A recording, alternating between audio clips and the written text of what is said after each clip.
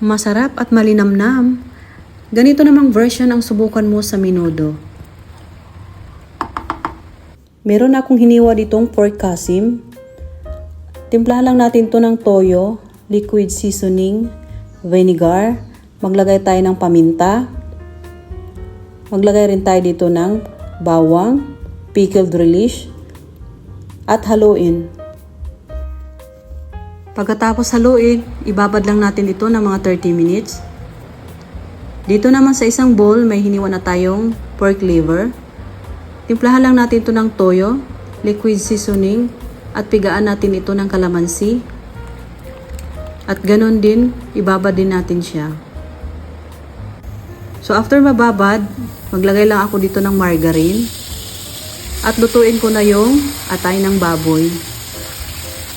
Half cook lang ang pagkaluto nito dahil mamaya ihalo din natin siya. So kapag ganyan na, hanguin na natin at itabi. Dito pa rin ako magluto, maglagay lang ako ng annatto oil. Tapos gisahin ko na dito ang sibuyas bawang.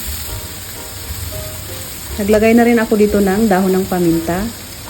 At ilagay ko na dito yung binabad kong karning baboy. Mas masarap kapag ibabad nyo muna.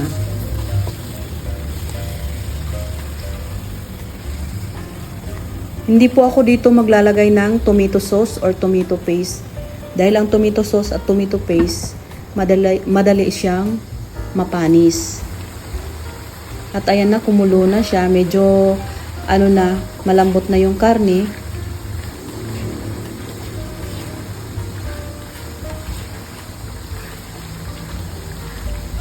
Maglagay lang ako dito ng binabad na aswete. Tapos haluin lang natin ito. Dahil maputla siya. So kailangan natin lagyan konti.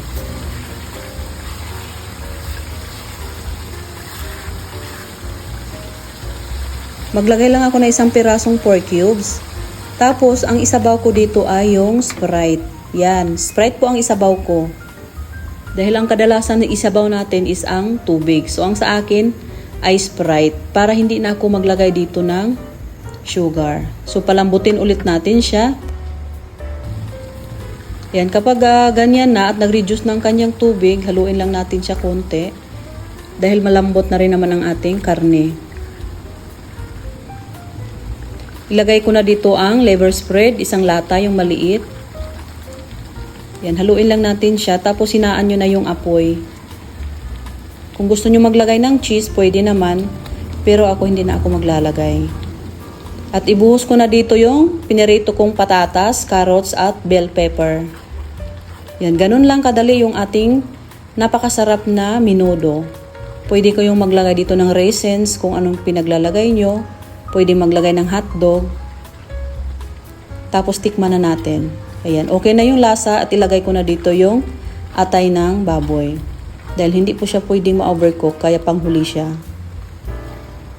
Napakasarap at napakasimpleng version ng aking menudo. Yan, kayo na magdagdag kung anong gusto nyo idagdag sa menudo nyo. So ayan, at nakakatakam na yung ating nilutong pork menudo. At kung nagustuhan mo naman ang ating recipe ngayon, please like, share, and comment para palagi kayong updated sa ating mga ina-upload na ulam araw-araw. At iserve na natin yung ating nilutong pork menudo.